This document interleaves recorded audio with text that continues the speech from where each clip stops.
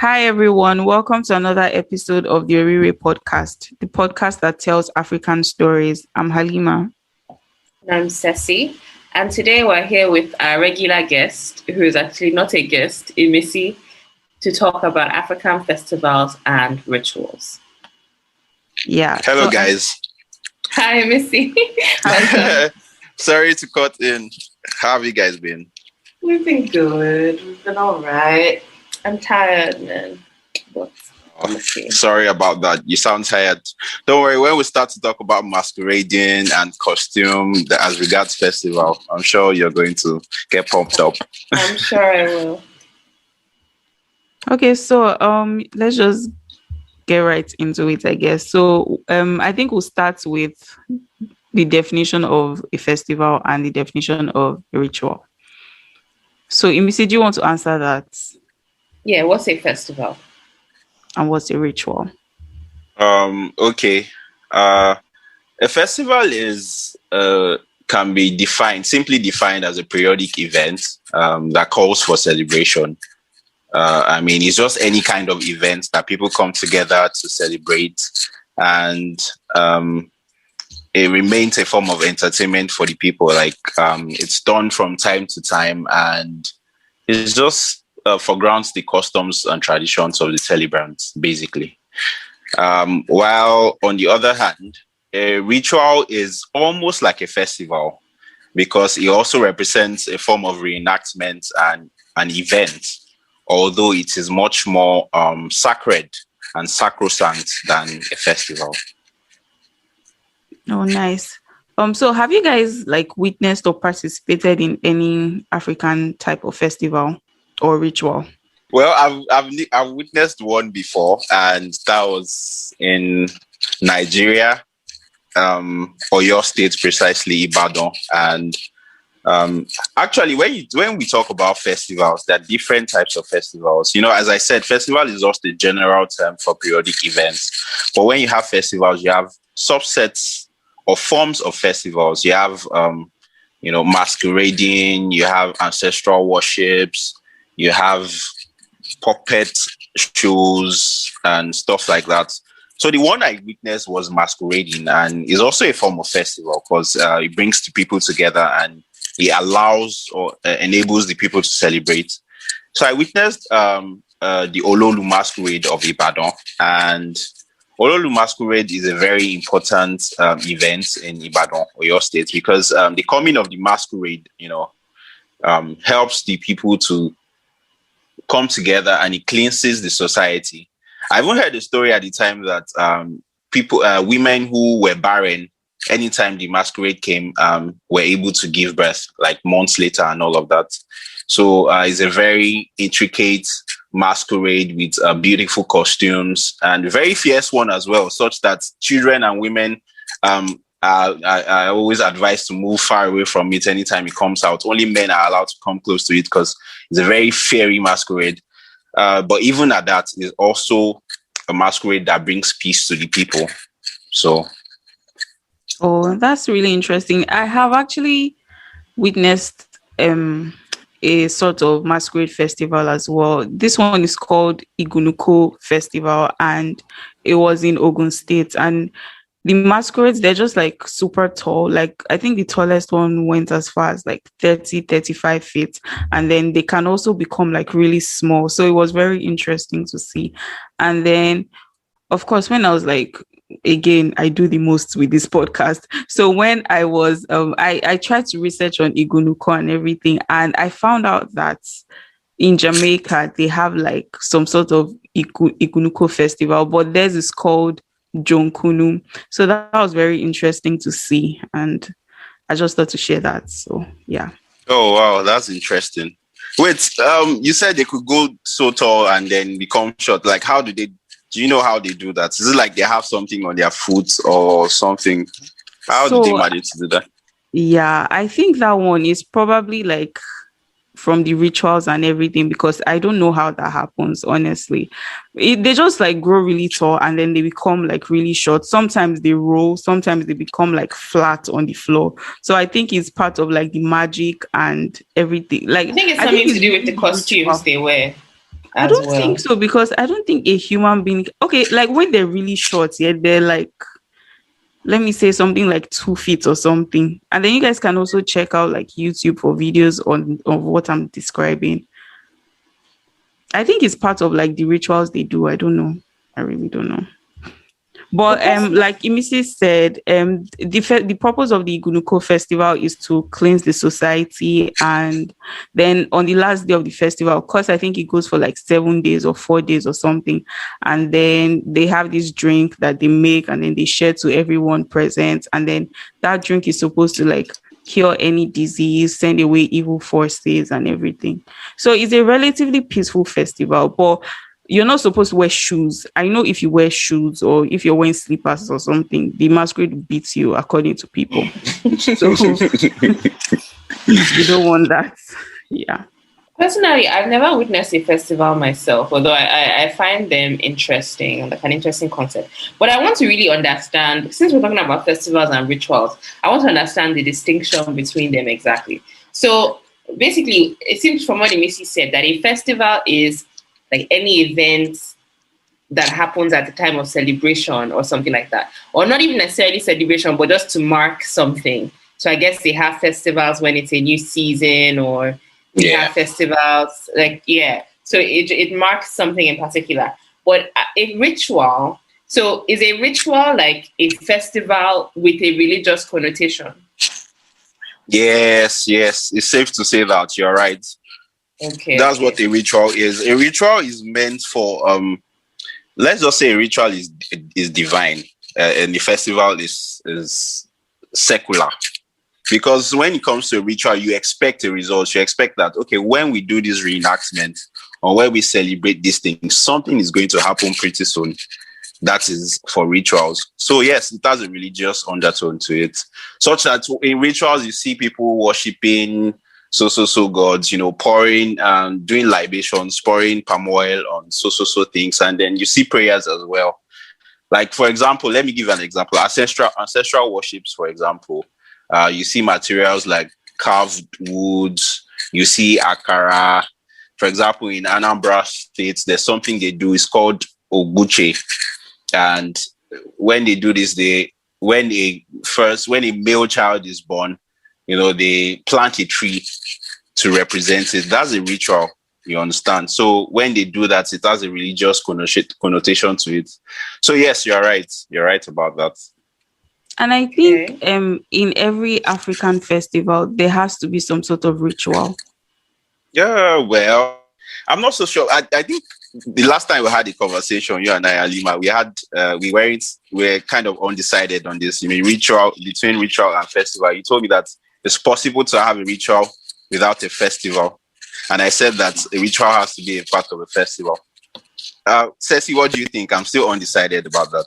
To be honest, like, while I understand the distinction, I still find that festivals kind of do have, like, they kind of do have some element of religion too. So it's a very blurry line, because in festivals, like, there's always this rule, or there's always this, there's just something there that's part of the traditional religion as well. So, and sometimes people even say masquerades are supposed to represent something religious too, right? And masquerades are in festivals, are not necessarily in rituals. So it's very hard to, that line is very thin. It might not even be there. Okay, so let's know your opinion, guys. I personally think that like at every festival there has to be a ritual, but for every ritual, a festival doesn't have to be celebrated, if that makes sense. So yeah, that depends on you. Yeah. I think that depends on what you define a ritual as. So, because when I hear ritual, this is actually my first time of thinking of a ritual the way that we are describing it now. But I always assumed a ritual to be something like explicitly religious and not a festival at all, something more private. Do you know what I mean? Rather than something that's kind of a celebration. Although I get that there are group rituals, even outside African cultures, like the rain dances some cultures do and things like that. That's kind of a ritual, right? Because they're expecting your God to give you rain while you do a special dance around, and it's a Yeah. public ritual. But then I was also thinking of private rituals wherein people go and like ask traditional gods for things like a child, or for things like, you know, money or whatever. Yeah. And they do this, they have a specific rite or a specific set of instructions that they're supposed to follow. So that is what I thought of a ritual as. But yeah, so this is just a very interesting talk actually, because I'm getting enlightened. Yeah, and in other parts of the African country, like continent rather. Did I just say African continent? Oh my goodness. What? Oh my goodness. What? Okay, so in other parts of the African continent, they celebrate festivals as well. So I think there's an example of the Ada Ekese festival. I think that one is celebrated in Ghana.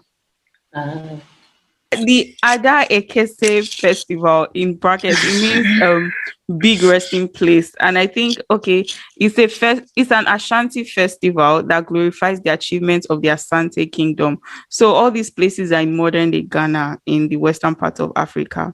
And it is the occasion with the purification ceremony of Oriire. I think that's a Ghanaian god, right? Yeah, Oriire is a commemoration of the Battle of Katamanto. Like it's a historical event. It was a battle that happened a long time ago. So Oriire represents when the people annexed the Ashanti tribe and the Ashanti land. So it's always like they always look in retrospect to that event, and that's what Oriire is about. Oh, okay. And then the Ada Ekese festival is just to like celebrate this occasion and like bring in the new year and stuff, right? Yeah, that's what it is. That's what it is. And this brings us back to the festival and ritual dichotomy. Mm-hmm. Like I when you said it, that it's possible to have a festival without a ritual, or how did you say it's possible to have a It's ritual? possible to have a ritual without a festival, but it's not possible to have a festival without a ritual. Oh yeah, then it sounds like I'm starting to accept your own point of view, because because I just realized that there are some rituals that are very esoteric, that they are only done by initiates, and then they are not loud. They just go to some secluded places and do the things. Because when you come to think of it, industrialization and the modern age has put an end to many things that we do. Mm-hmm. So, for example, in this Ada Ekese festival, for example, I'm sure that there are things that they do that they don't come out in the open to do anymore. You understand? Yeah. I'm sure that there are things that the priests have to go to the background to do, and for the commemoration of that event. So I feel like it's possible to have a ritual without a festival. Yeah, that makes so much sense. So Imisi said something when he was describing the Ololu festival about how women are not supposed to see that. And then with the Igunuko festival too, I hear that the women are not allowed to go into like the shrine and everything. They just have like the mainstream gender roles, like women gender roles of like praying, cooking food and stuff. So what do you guys think about like African women and African festivals / rituals? I feel like something with a lot of traditional African religions is kind of this separation of the sexes. Mm-hmm. And not necessarily even like just separation of the sexes, but separation of sexes wherein the women are supposed to like either not be seen, or they're supposed to be performing some sort of labor. And then the men get to enjoy the festivities. And you know what? It is even reflective in a lot of just like regular societal things you do. If you want to extend the definition of festivals to like any celebration, to parties, think about parties as well, like Christmas parties in a lot of Nigerian household, or whatever the season is, Ileya or whatever, wherein everybody gets to enjoy themselves except people that are in the kitchen cooking, and that role is usually relegated to women in a lot of households. So like the mother and the sisters and the aunties and all of them, they should go to the kitchen and cook, cooking. while the men will sit in front of the TV, or they will be, enjoying themselves outside. But if you dare complain, you must be an agitator. Like, you must be a troublemaker. But I beg to differ, because those ladies enjoy those roles. I mean, in the traditional African setting. Let me explain to you why. Because they actually have roles that they have always played. And one important thing about these roles is that they get to make more money, and they get to be involved in the scheme of things. Because, for example, women are the ones who cook. I'm talking about roles given to women. I mean, looking at it from the lenses of let me not say feminism as such, but looking at it from the lenses of equity and equality, you'd say that, okay, those roles are subservient and all of that. But there are still roles. And the ladies at the time used to enjoy them because they get to sell their wares a lot. Like, that's when they have moi moi, akara, calabash and all of that. They sell very well because those are the things they use when the festivals are going on. So I don't think, if they were here to speak, I don't think they would say no, they don't want those roles, that they want to be a more important part of the festivals. But what do you guys think? I don't know whether you understand where I'm coming from. I disagree with you. Yes, we both disagree with you. And I want to state my reasons for it. Now, I'm not one to impose any type of feeling on people. I'm sure it's possible that there are women who enjoy the cooking. Like, there are women who would prefer to do that rather than enjoy themselves. Those people exist too. You don't know, in this life, everybody has their own preference. But there are people who don't enjoy it too, and they don't get a choice. Do you know what I mean? That is the role that they are relegated to, and they don't have the option of complaining or refusing to participate or perform in that way. And I also find it very funny how this kind of thing, it's not just in those specific settings anymore. I've even talked about how it has expanded to become part of our culture when we're having celebrations and things. And why is it that one of the roles is labor, meanwhile one of the roles is enjoyment, and we know who is getting which? I don't think that is equitable. It's not fair. And there are men who like cooking too, Men too like to make money. They make money too and cook. Well, you guys have a point. I agree. But women have always been known to be more dexterous, creative than men. That's how they said, for example, women. In your Afia war dance. Okay, yeah, I can hear you. Continue. I was saying, they always say women have always done something. Women have always enjoyed it. Women have always wanted to do this, Women, they grow up faster than men. They are better suited to be... They grow up faster, but they are not suited to be leaders, though. They are only suited to be cooking in the kitchen. That's the one that they grow up to. Yeah, I get you guys' points, and you have a point. But I guess what I'm trying to say is that those roles that women play, we could say that they are subservient roles, but at the same time they are important, because when you take those things off those festivals, then they are not festivals anymore. For example, in the Orafia war dance of Abia State, you see women creating the costumes that they wear. The costume is Orafia war dance. It's a war dance, and the dance festival is practiced by muscular men to commemorate the strength and might of their ancestors. And so there's something called the Ikpiri Ogu. That's the act of beheading an enemy when they do that dance. And during this festival, it's the women that make the costumes that the men wear. They assemble and compile all the things that they use for the festival. And so without those roles, the festival is impossible. So even if you say that they are subservient roles, which is of labor, they are still important. Yeah, I don't think anyone is disputing that. Yeah, we get that they're important roles, but I think our point here is that women are assigned these roles. Like, these roles are forced upon them. We're not given like the choice to pick. Let's say, okay, I don't want to make dresses, I don't want to cook food, I actually want to be in the shrine, but we don't have that option. Do you get? Or I want to watch. Exactly. Mm-hmm. and I don't want to dance. Okay, next time there's a masquerade ceremony, are you going to take off the costume, the eku as they call it in Yoruba, and wear it? Can you somersault? No. The point is not that there are certainly women in this world who can somersault. And you're like fire. Yeah, your point is over there. It's not like there are no women in this world that cannot somersault. First of all, it's not all the men in the community that will be in the costume. There are only like 2 or 3 people in the costume. The many people come. Why can't they help out? That stuff. Well, you know what I mean? Guys, I agree. An African man. Yeah, I guess. No, I actually agree with you guys. I'm just trying to bring about different ideas so that we reach an agreement here. I'm actually I'm not an agent of patriarchy. That's who you are. I'm not a patriarchal person. I'm not a misogynist or anything. I'm just trying to. So, well, I agree with you. I agree. To be fair, we want to give our viewers a true representation of African society. So this is actually how it is. This is actually what a lot of people think. So you guys are actually, learning how it really is. True. Okay, so you guys, to conclude this episode, let's talk about like the significance of these festivals in modern day Africa. Yeah, why exactly do a lot of African cultures have festivals? What is it supposed to represent?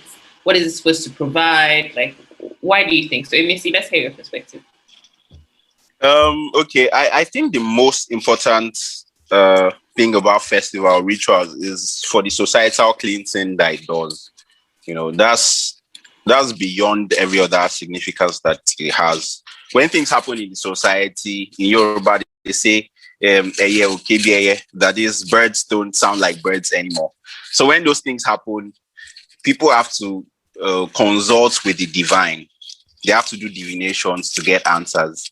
And so when rituals and festivals happen, it helps to cleanse the society. And that's really important. So barren women give birth, people who are poor or something, they become rich, Good things happen when festivals and rituals happen because rituals are intended for specific results. So good things happen when rituals and festivals happen. Yeah, and I think another benefit, or let me say significance of these festivals is because most African societies, they're very communal, like they like community, they like togetherness. And I think these festivals are just like a chance to celebrate togetherness, to kind of get together and just relax, meet people and stuff. So yeah, that's right. You're right. In the area festival, for example, of Ondo State people, is a festival where people eat yam. It's like a new yam festival. People from outside the country, they come back home to celebrate that festival. That is, you get to see, your relatives that you've only heard about but you've not seen before. So I think it brings about togetherness and social cohesion, like you said. Yeah. I have to say, I really like the concept of festivals, African festivals, and I like what they represent, and I wish they were a bit more, let's say, mainstream and not so extreme while being so. Like, I wish we had a lot of more festivals on a, let's say, smaller scale, rather than it having to be this big event all the time and only in, specific areas. I just think it would be something good, especially to give people a sense of community and things like that in other cities in Lagos. And I want to just say this thing. When I don't know if anybody else watches Bollywood movies. Me, I love Bollywood movies, sha. And there's always some. I do sometimes. I love them. I love all the dancing and singing. And there's always some kind of events going on, which is kind of like a festival where they do some religious thing and the whole community is there. Everybody's dancing and singing and, they're all kumbaya. I mean, in the end, Bollywood movies are a bit unrealistic, but sometimes, they're fun. And those elements are actually things that happen in their cultures. And I just would like it if Africans embraced our own festivals and things as much as they do and shared them as much as they do with the world as well. I think you're underestimating Nollywood though. They share rituals, but they just don't share. It's only the money ritual, blood ritual. It's only They're those ones. always It's not casting witches or something. it's they never represent it as something good though, or as something positive. Yeah, it's always something negative. Someone is dying, someone is using it to get blood money and stuff like that.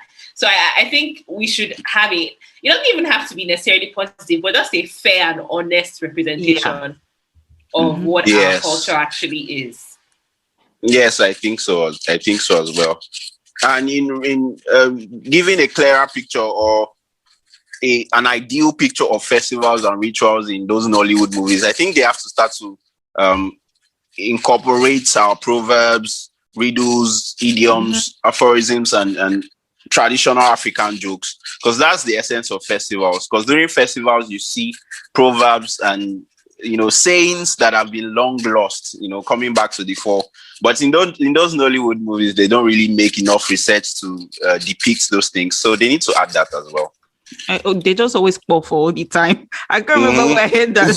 Like, mama puff for, mama puff for. By the way, puff is incantations, you guys. Okay, well, this has been quite an interesting and enlightening episode for me. I've learned about distinctions between festival and rituals. I've learned about different types of festivals. I've learned about the different roles that are played and argued passionately against them. So I really enjoyed this.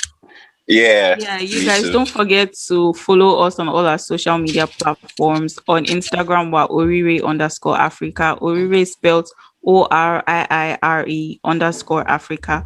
On Twitter, we're also Oriire_Africa. And then our website is www.oriire.com. Anyways, this was a very interesting episode. Yes. Thank you for joining us, Imisi. And thanks everyone for listening. Thank you, guys. Bye. Bye. Bye.